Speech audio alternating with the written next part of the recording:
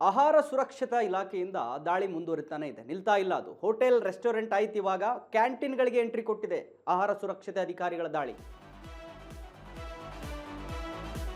S ವೀಕ್ಷಕರೇ, ಆಹಾರ ಸುರಕ್ಷತಾ ಇಲಾಖೆಯಿಂದ ದಾಳಿ ಮುಂದುವರಿತಾ ಇದೆ, ನಿಲ್ತಾ ಇಲ್ಲ. ಯಾಕಂತ ಹೇಳಿದ್ರೆ ಎಲ್ಲಿ ಕೈ ಹಾಕ್ತಾರೋ ಅಲ್ಲೆಲ್ಲವೂ ಕೂಡ ಕಳಪೆ ಮಟ್ಟದ ಆಹಾರ ಸಿಗ್ತಾ ಇದೆ.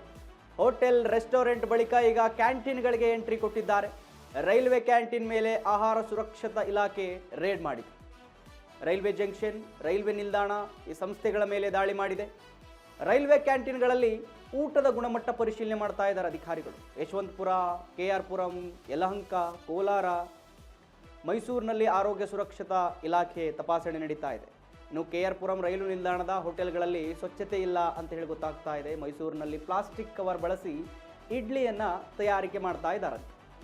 ಕೆಲ ರೈಲ್ವೆ ನಿಲ್ದಾಣಗಳಲ್ಲಿ ಹಾನಿಕಾರಕ ಫುಡ್ ಕಲರನ್ನು ಕೂಡ ಬಳಕೆ ಮಾಡ್ತಾ ಇದ್ದಾರೆ.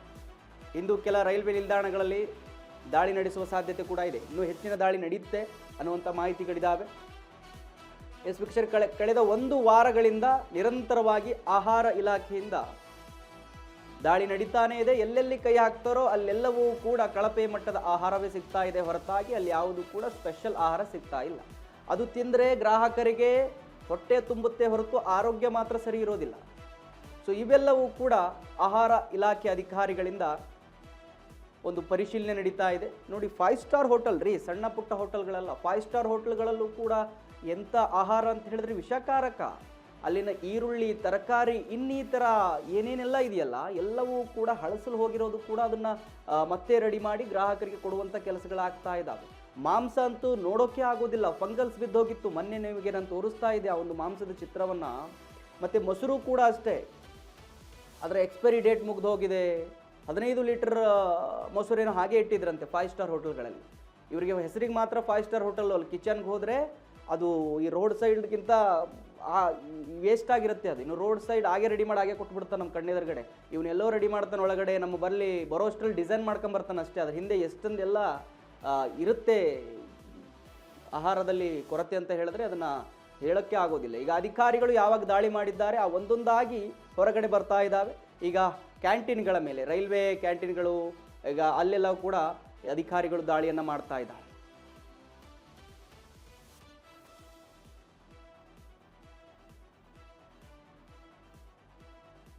ಎಸ್ ವೀಕ್ಷಕರೇ, ಅಧಿಕಾರಿಗಳಿಂದ ಈ ಒಂದು ದಾಳಿ ಮುಂದುವರಿತಾ ಇದೆ. ಆ್ಯಕ್ಚುಲಿ ಮುಂದುವರಿಲೇಬೇಕು.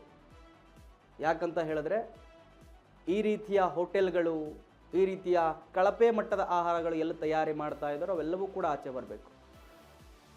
ಅಂದರೆ ನಾವು ಬರೀ 5 ಸ್ಟಾರ್ ಹೋಟೆಲ್ಲು ಅಥವಾ 2-3 ಹೋಟೆಲ್ಗಳ ಮೇಲೆ ಮಾಡಿದ್ದಾರೆ, ಅಲ್ಲಷ್ಟೇ ಆಗಿದೆ ಅಂತ ನಾವು ಅಂದ್ಕೊಂಡಿದ್ವಿ. ಬಟ್ ಆಹಾರ ಇಲಾಖೆ ಎಲ್ಲೆಲ್ಲಿ ಕೈ ಹಾಕ್ತಾ ಇದೆಯೋ ಅಲ್ಲೆಲ್ಲವೂ ಕೂಡ ಸುರಕ್ಷತೆನೇ ಇಲ್ಲ. ಅಂದರೆ ನಾವು ಲಿಟ್ರಲಿ ಏನು ತಿಂತಾ ಇದ್ವಿ ಇಷ್ಟು ದಿವಸ ಅಂತ ಹೇಳಿ.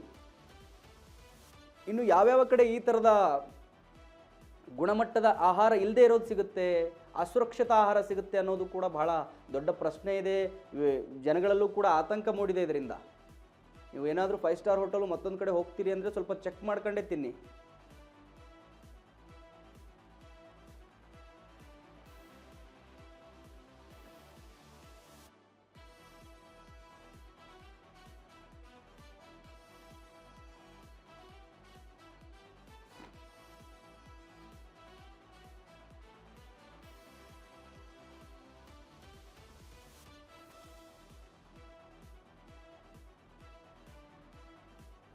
ಎಸ್ ವೀಕ್ಷಕರೇ, ಗಮನಿಸ್ತಾ ಇದ್ರ ದೃಶ್ಯದಲ್ಲೂ ಕೂಡ ನೀವು ರೈಲ್ವೆ ಕ್ಯಾಂಟೀನ್ಗಳಲ್ಲಿ ಊಟದ ಗುಣಮಟ್ಟವನ್ನು ಪರಿಶೀಲನೆ ಮಾಡ್ತಾ ಇದ್ದಾರೆ.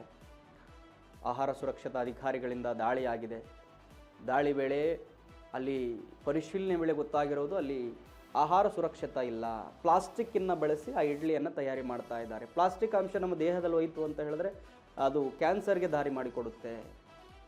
ಇವೆಲ್ಲವೂ ಕೂಡ ಬಹಳ ಆಹಾರ ರೀ. ಮನುಷ್ಯ ಬದುಕಬೇಕಾದ್ರೆ ತಿನ್ನಲೇಬೇಕಾದಂಥ ಪದಾರ್ಥಗಳನ್ನು ನೀವು ಅದರಲ್ಲಿ ಇಷ್ಟೊಂದು ಅಸುರಕ್ಷತೆಯನ್ನು ಬಿಟ್ಟಿರ್ತೀರಿ ಅಂತ ಹೇಳಿದ್ರೆ ಏನು ತಿನ್ನೋದು ಮನುಷ್ಯ ಅಂತ ಗೊತ್ತಾಗ್ತಿಲ್ಲ ನನಗೆ. ಇವಾಗ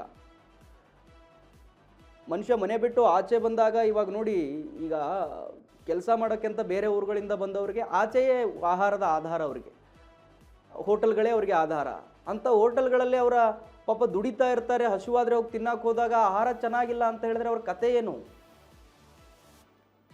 ಅವ್ರು ಲಿಟ್ರಲಿ ವಿಷ ತಿಂತಿದ್ದೀವಿ ಅಂತ ಹೇಳಿ ಪಾಪ ಗೊತ್ತಿರೋದಿಲ್ಲ, ಹಸಿವಾಗಿರುತ್ತೆ ತಿಂದುಬಿಡ್ತಾರೆ, ಹೊಟ್ಟೆ ತುಂಬಿರುತ್ತೆ, ಬಟ್ ಆಮೇಲೆ ಗೊತ್ತಾಗುತ್ತೆ ಏನು ಕತೆ ಅಂತ ಹೇಳಿ.